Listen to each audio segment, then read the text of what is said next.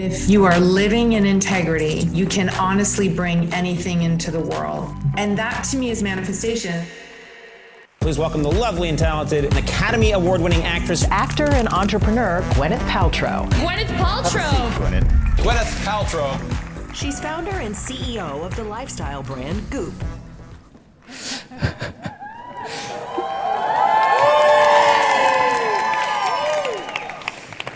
You have so many fans here. Oh my goodness, thank you so much. What a sweet, warm welcome. Thank you. Nice to be here. So I have a son who's 17 and I have a daughter who's 11, and they are big fans of the Marvel Cinematic Universe. So they are so excited to know that their dad today is interviewing Pepper Potts. But Gwyneth, welcome to Mindvalley. Thank you. First thing I wanted to ask you is this. You know, in interviews that I read about you, you spoke about connecting to divine energy, right? For inspiration, for the source of all of your accomplishments.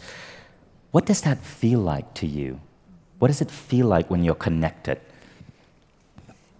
Well, I think that creative people are connected to something bigger than themselves. I mean, I think everybody is connected, has the capacity to be connected to something bigger than themselves, but I think for many, many years when I was an actress, it's really the way that I was able to transform into playing other people. You know, I felt like I was channeling something from somewhere else, or it's like, you know, my baby daddy, my ex-husband, always talks about songs sort of arriving to him from somewhere else, and I think there's something to that. Because Goop is an incredible brand. As Mindvalley, we are so in awe with what you're doing with Goop. Thank you. Because you're making chakras and crystals cool again, right? But it started out at your kitchen table. Take us through that journey. Well, I was living in London at the time, and it probably around the time I had my daughter in 2004, I started to wonder if there was, you know, the internet was sort of relatively new, and I didn't really think that there was a place on the internet where I could go to find the kind of content that I was interested in. Mm-hmm. There wasn't a lot on wellness, there wasn't a lot on, you know, I was pretty early in talking about many of these subjects, which I got a lot of flack for at the time, but I really felt called forward for reasons that I don't even totally understand, but I think I felt called forward to be a connector and to share information. I had this amazing life. I was meeting all of these incredible thinkers, and so I started to aggregate the information in one place, and it started very small and just with a lot of heart, and then very slowly it's, you know, become the business that it is today. And we still have a long way to go, don't get me wrong, but it's been an incredible journey for me. So when I landed in LA this time, the first thing I did is order Goop pizza. I wanted to see, what does Goop taste like? That was part of my research for this interview. And I gotta say, the pizza is amazing. Really, really, really good. I'm not paid to say that. Gwyneth, what was the first product idea you came up with that took off, that made Goop memorable? I mean, I think it was really the content in the early days before we made any product or any pizza, which is gluten-free, by the way. Our whole menu is gluten-free, just so you know. So I think it was really the content. You know, I'm very passionate about travel and about food and about wellness and many other things. So I think that was really, I had so much engagement. I had so many, you know, people signing up for my newsletter early on, and which felt very gratifying. And that was sort of the first signal that, you know, what I was thinking about was resonating with other people. And I think there's something about the way your mind works that's really interesting. So many people don't know this about me, but I was married for 19 years. And my former wife, Christina, she's a dear friend. We co-parent. She's in the audience. That's Christina right over there. So after 19 years, Gwyneth, Christina and I decided to go through a divorce. And we did conscious uncoupling, which you popularized. Gwyneth popularized this concept of conscious uncoupling, and it was just so beautiful, such a conscious way to bring something so special to an end. I wanted to personally thank you for that. Thank you. Because you gave us a new way of moving forward in life. Thank you.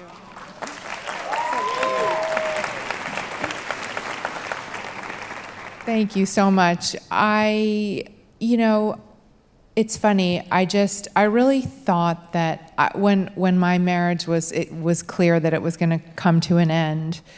I really thought about, I was actually, it was very me, the way that I was sort of doing a lot of research and interviewing people around when their parents had gotten divorced, what was the hardest thing for them, hoping that we could avoid the worst part of it. And everybody said the same thing, which was, it wasn't so much that they got divorced or there were different houses, but it's that my mother hated my father and she spoke terribly about him. Or my father, used to drop us at the end of the driveway and refuse to come in, and they couldn't be at holidays together. And I just thought, I would really love to try to do this a different way and genuinely try to put the children first, which meant, to really keep loving my ex and indexing into the amazing things about him,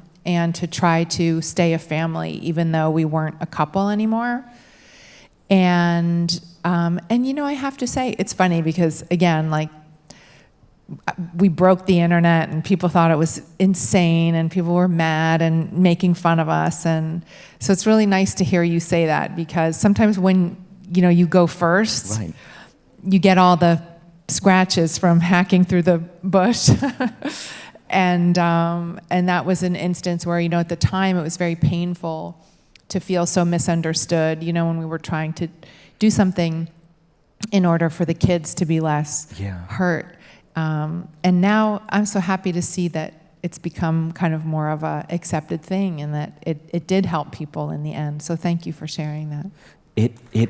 Thank you. You don't know how much of an impact that had on my life and the life of my former wife, Christina, and my kids. But here's the really interesting thing, the word conscious uncoupling, there was a book about it by Catherine Woodward Thomas. We went to Catherine Woodward Thomas, we got the rights for that, we created a course with her, we put it on Mindvalley, and now we've helped about 10,000 people go through conscious uncoupling. But it started with you and Chris. Well, thank you. Wow, that's incredible, amazing. So one of the things that I'm really curious about is your brilliant business mind. Not only are you an incredible actress, an Oscar in your 20s. Wow. But I read an interview about you in Vanity Fair. You spoke about Goop. You spoke about Ibiza. You spoke about how you were optimizing your team. Where did that business savviness come from? Gosh, I think I've really learned on the job, and therefore I've made a ton of mistakes. But to be an entrepreneur is, I don't know how many entrepreneurs there are in the audience, I imagine quite a few. So you all will know that there's really, you can go to business school, of course, you can work your way up through corporate American ladder, but when you start a business, it's one of one, and you have to learn how to run that business while you're in the business. It's like you're building the plane while you're flying the plane. And it can be incredibly overwhelming and terrifying.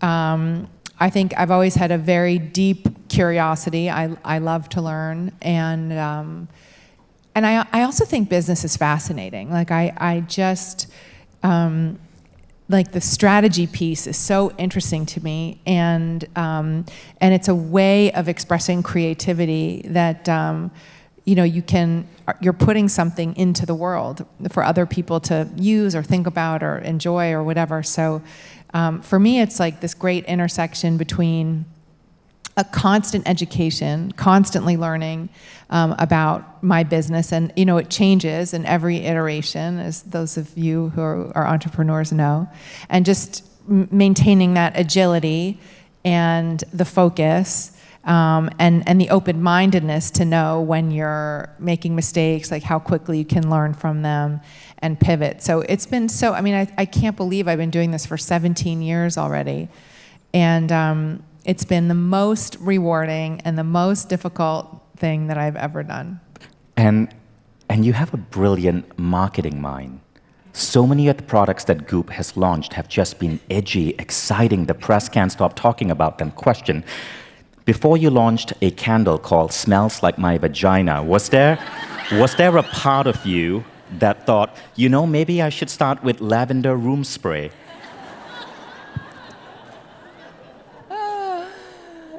You know, that product is so fascinating because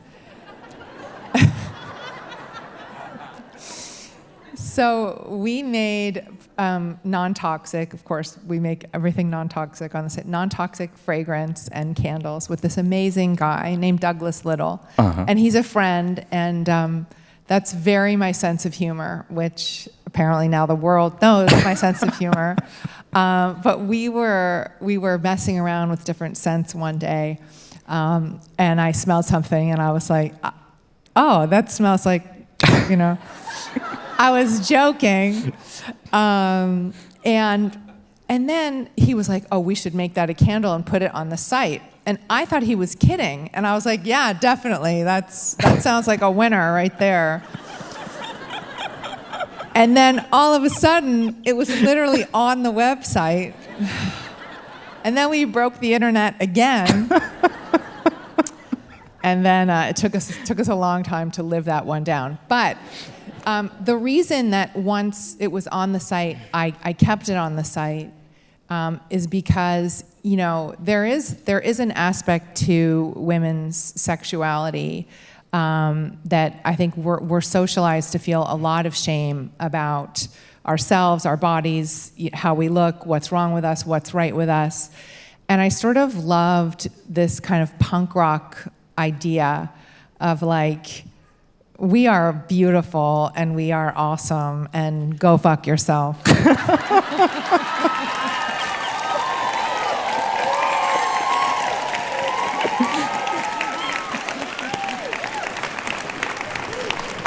I'm curious, because what did you think I was going to ask?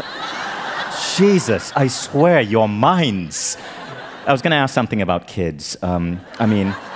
It makes sense. Vagina, kids. I follow the logic. Yeah. Your kids are now off to college. And, you know, I find that no matter what I do, my kids are just never impressed. Are your kids ever impressed by what their mother has accomplished? You know, I don't know. We actually don't really talk about that much. I think they don't like to see me in movies. I think it's weird. You know, so they haven't really seen me in anything. I don't know. I think they just like me as mom, like at home making dinner and just being around. You know what I mean? I don't think they like. I think the public part of my life and therefore their lives is like weird and hard and probably not the best part. You know, it's given us an amazing life and there are incredible upsides to it, but I don't think it's their favorite thing. So if they weren't impressed, were they ever embarrassed by you, like the candle decision? One time, my daughter must have been like, I don't know, 11 or 12, around the time that the candle came out. And she was pretending to be me and making a to-do list. And she was like, make more vagina candles. I think it was probably embarrassing at the time, but then I think I explained also the sentiment behind it. And I think they think I'm pretty cool, but I don't know if they're impressed. I think we all think you're pretty cool. So, since we're here talking about soul, spirit, manifesting, I'm curious, has the universe ever given you something that you really wanted, but say in an unexpected way? Wow. I think my life is probably a series of those things, you know? And I think that, I mean, I'm really of the belief that we're always exactly where we're supposed to be. And So that can be, when good things happen and when bad things happen, and especially when bad things happen. I always say to myself, I'm exactly where I'm supposed to be, and I don't need to understand it. I don't need to be comfortable with it, but I'm just going to embrace the fact that, like, I believe in a divine plan, and I know that this is where I'm supposed to be. And so sometimes those messages come in really hard ways, really challenging things. But I do always believe that I am on a path that, I think we have the ability to manifest things as well. But I don't know. I feel like there's this sort of blueprint, and there are things that are supposed to happen to us or people that we're supposed to meet that further us on our journey and kind of are a really important part of our soul curriculum. So I love that idea. I share that belief. I think you're absolutely right on that one. Yeah. So a lot of things have transpired in my life that I look back and I think, especially the hard things, like those are the things that I really thank God for the most, that have given me the most strength or made me, get much closer to myself. I think for a long time, I was trying to please a lot of people and be who I was supposed to be for my parents or my teachers or, boyfriends or whatever. And the day that I decided to be really true to myself, that's when things really opened up for me. What does that look like, being really true to yourself? I think that's an important question because we are covered in so many layers of like all of the shoulds and the supposed tos, and I think especially women in our culture, we are supposed to be all of these things, and people don't like us to threaten the status quo. People don't like us to shift our shapes, step outside the lines, and I think we really hurt ourselves when we don't really listen to the very essence of the truth of who we are, and we don't act from that place. I certainly am guilty of doing that for many years. Like the voices in my head about what I was supposed to do or be were so strong and drowned out everything else. And I think about the time I turned 40, it was like that knock, that call to listen to myself and be true to myself just started to get so loud. I couldn't ignore it anymore. And I think we all have that ability to go inward and really listen to who we are. It's just a question of, are we brave enough? Are we really brave enough to listen and to really accept every aspect of ourselves and all of who we are, and then be that unapologetically? How do you listen? Thank you. Thank you to the one lady that started that. Love you. The lady who started that clap. What is your process? How do you listen? It's interesting. It's not that straightforward. I think because I was conditioned for so many years to not listen. But meditation is an important, very important practice for me. I listen when I'm out in nature. When I'm in nature, as corny as it sounds, it's like that's when I'm the most connected, and that's where I feel like most of the layers kind of come off. And I challenge myself, I'm like, I really ask myself, like, okay, you said yes to that, but it doesn't feel like a yes, like what's going on? Like sometimes I really talk to myself out loud, like a crazy person. And I'll be like, yeah, you said yes there, but it didn't really feel like you wanted to say yes. So, and then I like get in dialogue with myself and try to understand, and then try to say to myself, next time I'll try to listen more closely to what I actually want. In this audience, the audience is about 70% women, and more than half of them are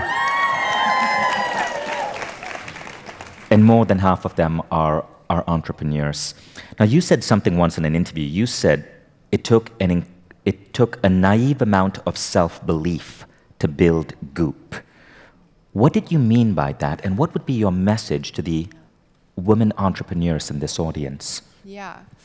I mean, I think, you know, it's so crazy to try to build a business. Like, it's so nuts.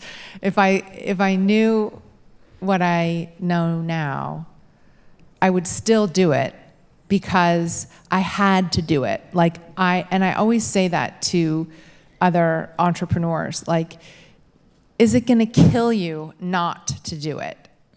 Because if it's not going to kill you not to do it, then really think it through, because it is so hard. But in my case, I feel like it would have killed me not to do it. And so I take all of the incredible ups and downs and failures and successes and everything that I've been through, because I felt so compelled, like it was in every cell of my body. So I really think that if you are building a business and it's in every cell of your body, and you know that you're on earth to do it and to manifest it and to bring it into fruition, then you just can't give up. You know, you just keep getting up every day, no matter what disaster awaits, you know, and there are many of them along the path. But there's also something so beautiful in the effort, you know, in trying to build something and put something into the world. And I admire that so much. I admire entrepreneurs who have that kind of resilience and stick-to-itiveness, because it's very difficult. Beautifully said.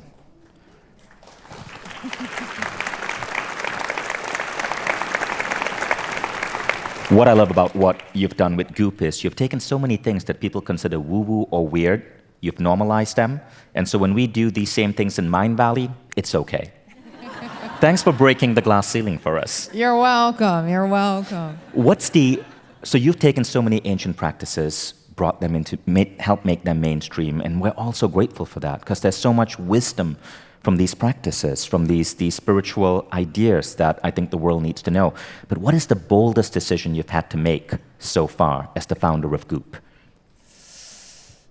Oh my gosh. I mean, I feel like there have been so many decisions that at the time have felt incredibly bold and scary.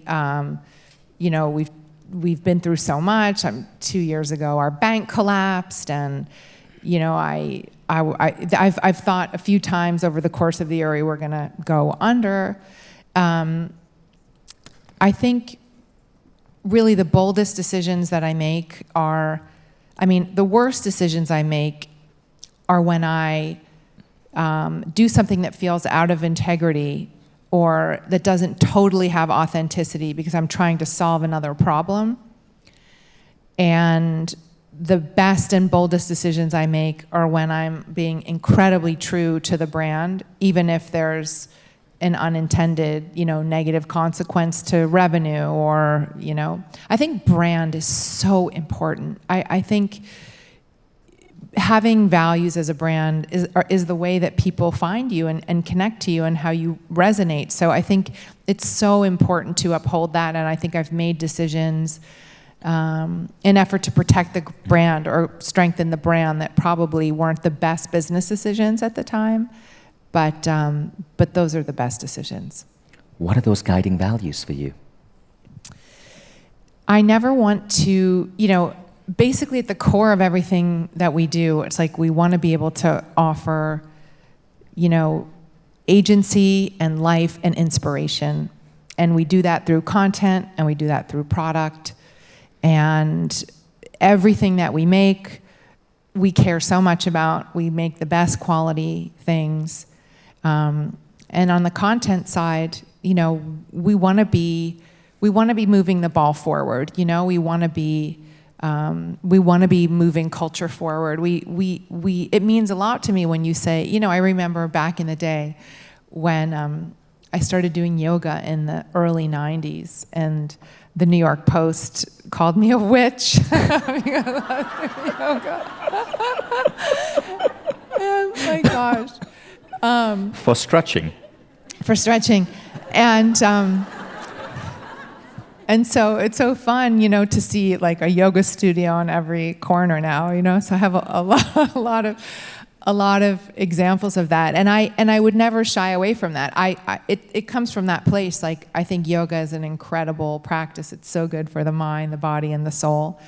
So I did it. We talked about it, and if I do something or if I discover something that I believe is going to be impactful, then we talk about it, come what may. Is there something that you are seeing right now that only a tiny group of people are aware of that you know is going to blow up? If you can share. No, I mean, I'm really interested in this this field of longevity medicine and how personalized medicine is becoming, and I think it's going to be the way forward. We live in a world where there's sort of unfettered toxins in the environment, and we've all paid a price in this generation. And I think this consciousness around making sure that, to the best of our abilities, we are, there's a lot of people don't want to be exposed to toxins, and then for some people it's forever in the body. And I think there are really interesting practices coming for detoxification. There are 80,000, I think, chemicals that are in our everything that are untested. We don't even know how they impact us. So I think there are going to be really interesting technologies that solve a lot of these wellness and longevity problems, and maybe even climate problems. I'm seeing you light up as you speak about that. I can't wait to see what Gwyneth is going to launch next. So, while we're speaking about longevity, as you're stepping into your 50s right now, and you're going into this new phase of your life, what are some of the lessons and insights that you're stepping into right now and embodying? Yeah, so I became an empty nester in September. All the kids went off to college, and it's been a very interesting year of transition. So much of my identity was as a mother, but was around that quotidian thing of like, what are the kids doing today, and what time is soccer, and what am I making for dinner, and so hyper oriented around them. So it's been really interesting. There's been a lot of grief around us not all being under one roof, which hurts. Yeah. But at the same time, it's been kind of amazing to remember that I have an inner life, and to have time free up to ponder, I don't know, what I might want to do, or it's been interesting. Like, we've been able to say yes to more things, and so I'm trying to, I guess, right now, I'm sort of going back and forth between this idea of, the sad part of having an empty nest, but being also a free bird, and getting to experience what that's like again. There is like a sweetness around being of the age that, like, you don't have little kids, and you kind of, I don't know, I feel like you can feel yourself more, which has been really beautiful, but a big change, I gotta say, I love your vulnerability and how real you are. Thank you. It's just so beautiful to witness. Thank you. Gwyneth, if you could go back 20 years, let's say 2005, Okay. you've won the Oscar, you're about to step into this role as an entrepreneur, what advice would you give Gwyneth of 2005?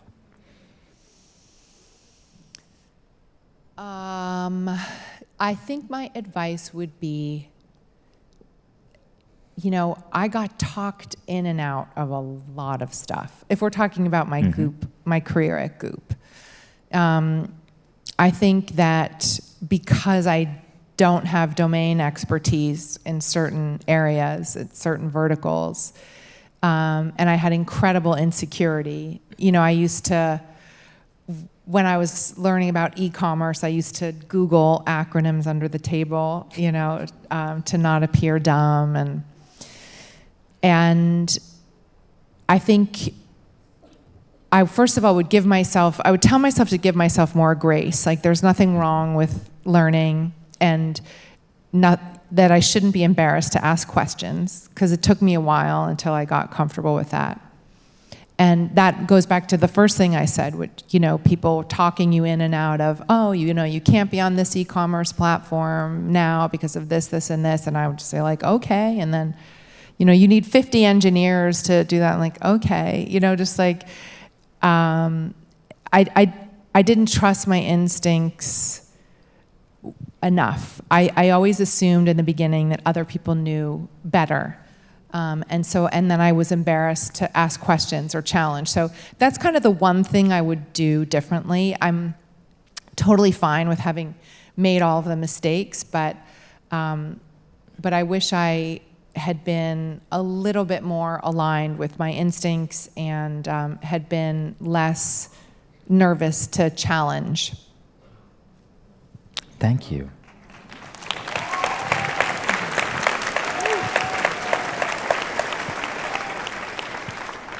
How do you balance that?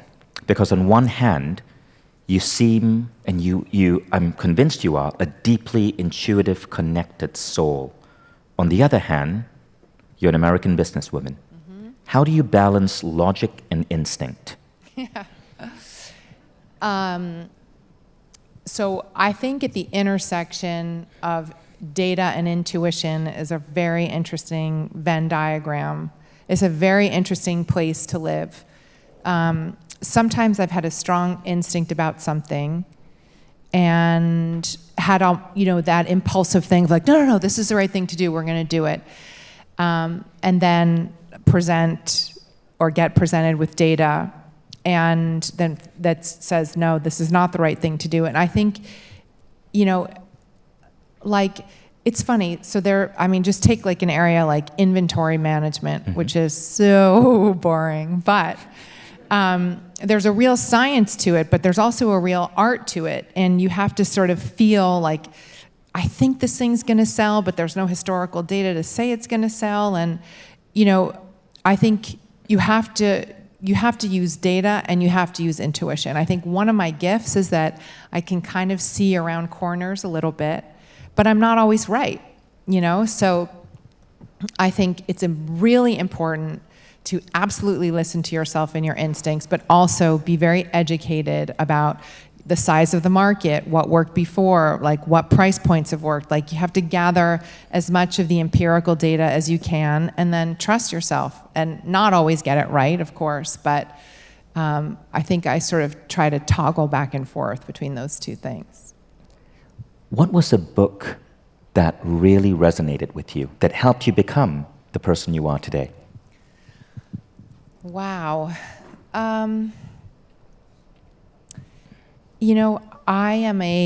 I love novels. And I think for me more than, because I've also read a lot of books around, how to do this and right. Or how to better yourself in this way. And I think the books that have had the biggest impact on me are the novels that I've really fallen in love with, whether it's, Bronte sisters or whether, I just read this beautiful book called The Latitudes of Longing. These books that make my soul feel filled up again and feel like I can trust myself. But also, I really do like books that are instructive and edifying too. But I think if you're asking me the books that have had the most power over the way that I view myself and go forward, mm-hmm. I think it's novels. That's beautiful to hear. What are you most curious about right now in terms of the Gwyneth that you're becoming? Good question. I think I'm really curious about it's quite intense to age. And I think that, again, we women are, socialized and inculcated with this idea that we have to look a certain way, and that our value is tied to that. And so I'm finding it really interesting to be in this post-reproductive era where society kind of has less use for us. And I'm very interested in, like, what would happen if I chose to deepen into that and to see it as, like, all my power lay there instead of in my sexual viability. Like, what might it be like to know this beautiful secret that on the other side is where we have all our strength and all our wisdom? So I'm excited for that phase while I wrestle, with my falling apart everything and what that does to the ego, which is also a great lesson. But I'm most interested in that. Like, who is the Gwyneth that is not this young, pretty thing, and none of her power is there? Like, it's all in this other sort of secret realm of older women who come together and...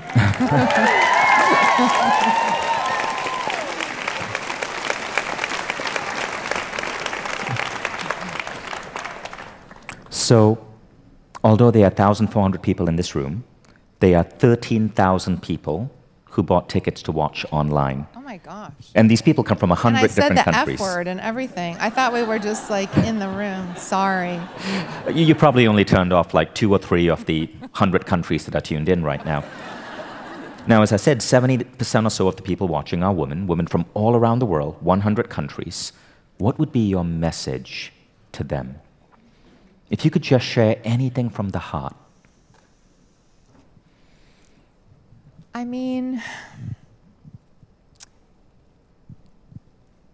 I think that, having gotten to this place in my life, I really know that we are at our strongest when we have totally befriended ourselves and can kind of get out of that judgment that we're not enough, or we didn't do enough, or we don't add up to enough. And I think the way we do that, I talk about this a lot, but I sort of, after 40, I started like really befriending myself. And the way that I did that was like by catching myself saying something mean to myself, and changing the narrative, and to kind of like be more at play with myself, and delight in the relationship that I have with myself, and to know that I could be my own best friend. And I think when we start to open that door to ourselves as women, it's incredible the impact that it has. At least for me, it's incredible the impact that has had on my life. Like, the more that I like myself, accept myself, and befriend myself, the more ease there is in my life. The more like people fall away that weren't meant to be there, the more the beautiful relationships in my life strengthen. And it just feels like, when you orient towards that relationship with yourself, like, life really opens up. Be your own best friend. Yeah. I love it. Thank you, Gwyneth. Thank you. Thank you so much.